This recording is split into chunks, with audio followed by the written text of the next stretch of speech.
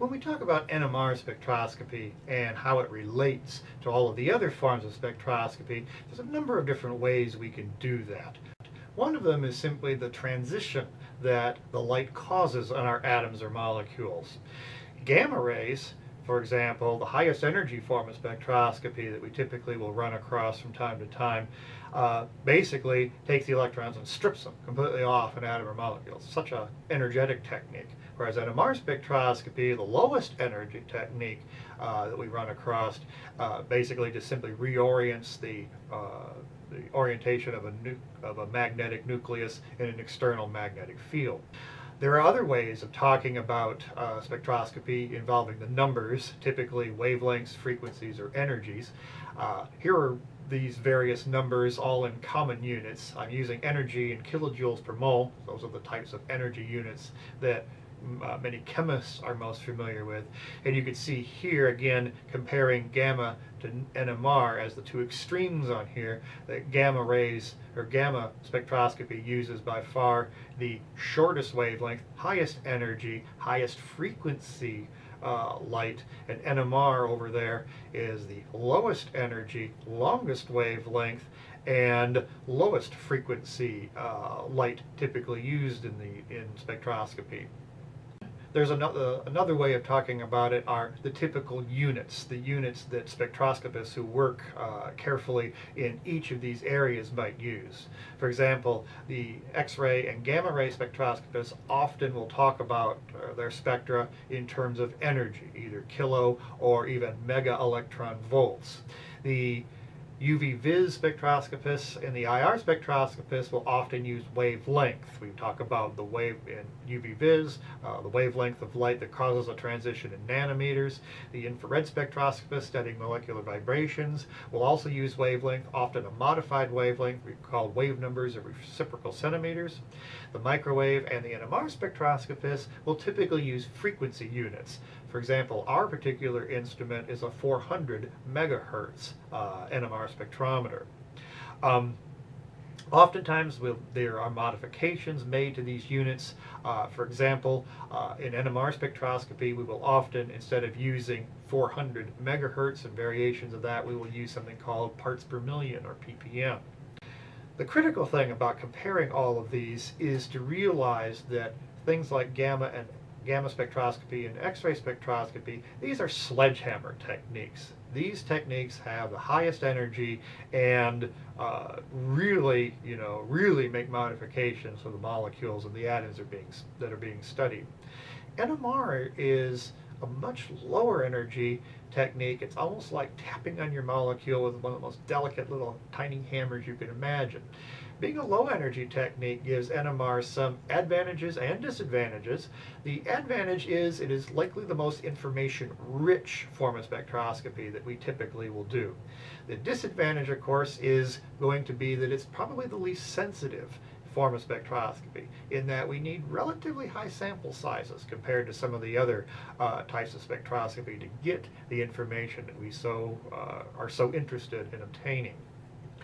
The last bit to think about in comparing the various kinds of spectroscopy is simply learning how to convert between wavelengths, frequencies, and energies in all of these types of spectroscopy, just to get a feel or an understanding of the calculations involved in that. And that's the part we'll look at next. All right, we're going to do a few of these calculations down here on the light board involving converting between units of wavelengths and frequencies, and then from frequencies into energy using standard chemistry energy units, and even doing a couple of conversions into other kinds of units as well, just to try to give an example of most of the calculations that you might run into certainly in this class and in any other spectroscopic type application that you might run into in the future. So what I'm going to do is do a example calculation involving light. It would have a wavelength of 640 nanometers. And I chose that simply because that's the wavelength of light here on a standard laser pointer. I've got a classic red light laser pointer.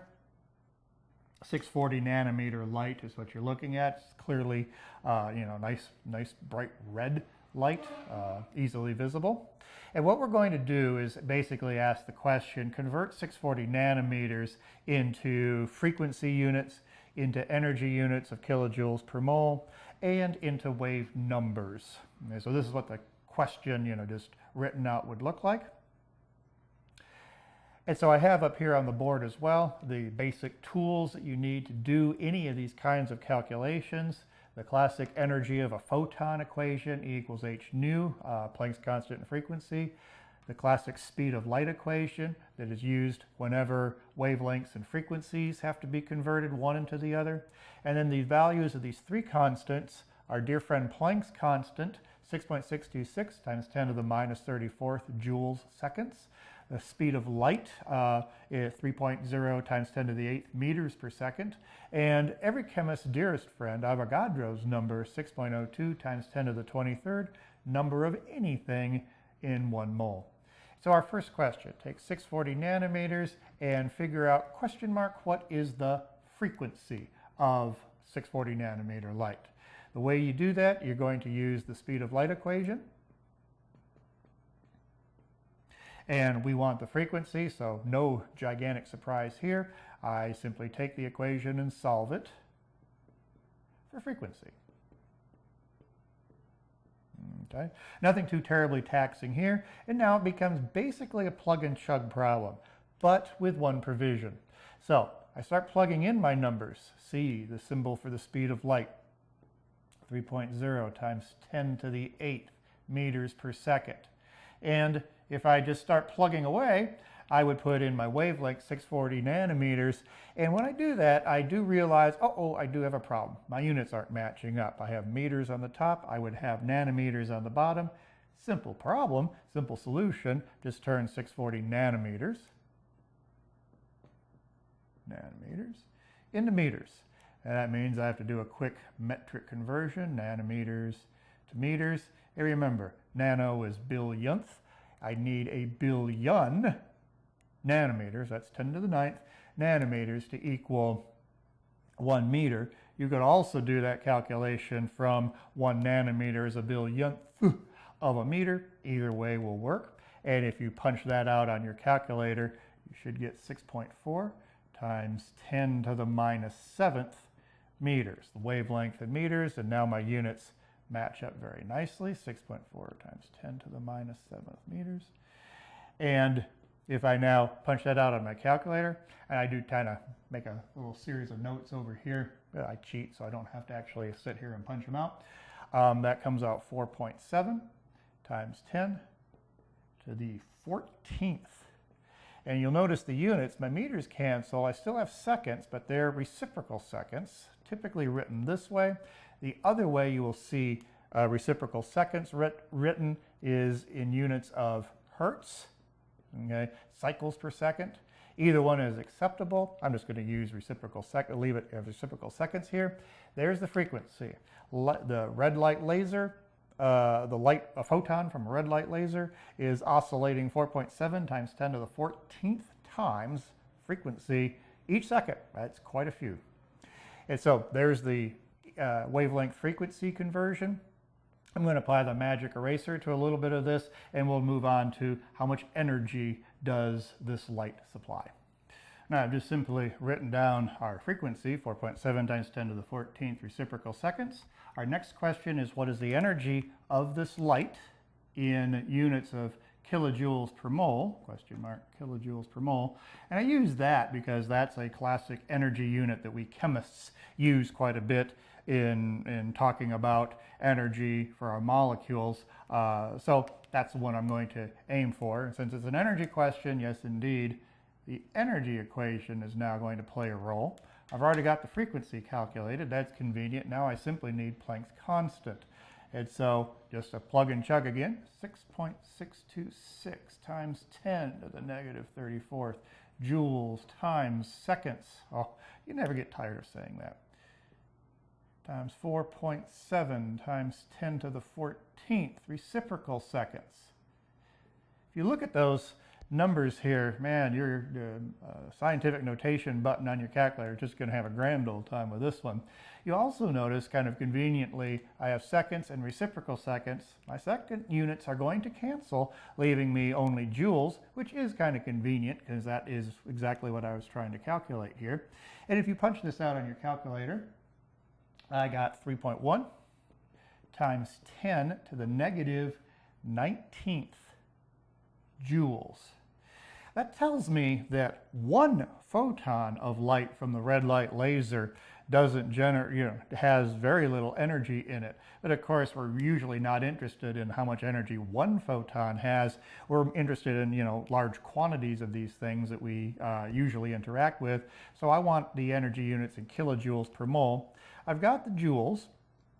And so now I'm going to go ahead and turn that into joules per mole. And of course, that's a simple calculation. Just take the number times 10 to the minus 19th and multiply it by our dear friend Avogadro's number, 6.02 times 10 to the 23rd. Make that a good 23rd. Number of anything in 1 mole. More fun scientific notation for your calculator to just have all kinds of fun with. If you punch that one out on your calculator, I came out with 186,977, and that's joules per mole. And of course, that's just one tiny jump away from, and just rounding off to 3 digits, 187 kilojoules per mole. Okay?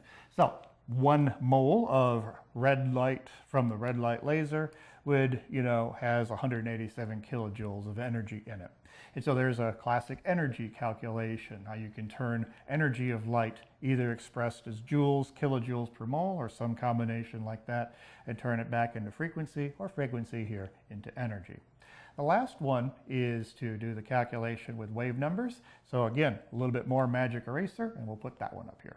The last one is to express this frequency and this wavelength in a more traditional IR unit, reciprocal centimeters, cm-1, which is also known as wave numbers. Each type of spectroscopy usually has its own set of units, ways of looking at it, but they are all interconvertible. And so I just wanted to show that by taking a visible light frequency and wavelength here and expressing it in units that are more commonly used in either microwave or infrared spectroscopy. So, aiming for reciprocal centimeters, what I'm going to do is take my wavelength, and I had it earlier up here on the board in terms of meters. It was 6.4 times 10 to the minus 7th meters, okay? And that is simply converted into centimeters, and then you're just going to take the reciprocal of it. These calculations are not that difficult to do. And so, yes, good old meters to centimeters, okay? And of course, we remember that 1 meter is 100 centimeters. We do all remember that. That's good. And so that is just going to be 6.4 times 10 to the minus 5th centimeters. And then, of course, reciprocal centimeters, wave numbers, is simply the reciprocal of that number. 1 over 6.4 times 10 to the negative 5th centimeters gets me, and I punch that out of my calculator, I got 15,625 reciprocal centimeters, or 15,625 wave numbers. If you remember standard infrared spectroscopy, on a standard spectrum, it usually runs from about 4,000 down to somewhere in the neighborhood of 600 wave numbers. You can see we're quite a ways outside the standard infrared spectroscopy range. Indeed, we are outside the IR and now into the visible light, but like I say, any of these frequencies, energies, wavelengths can be converted one into the other from any type of spectroscopy, and it just helps to kind of anchor us from types of spectroscopy we may be more familiar with, like infrared, and just be able to convert all these numbers from what we use in NMR spectroscopy to all the other units in all the other forms of spectroscopy. So take that into consideration, practice those a couple of times, and we'll see you later.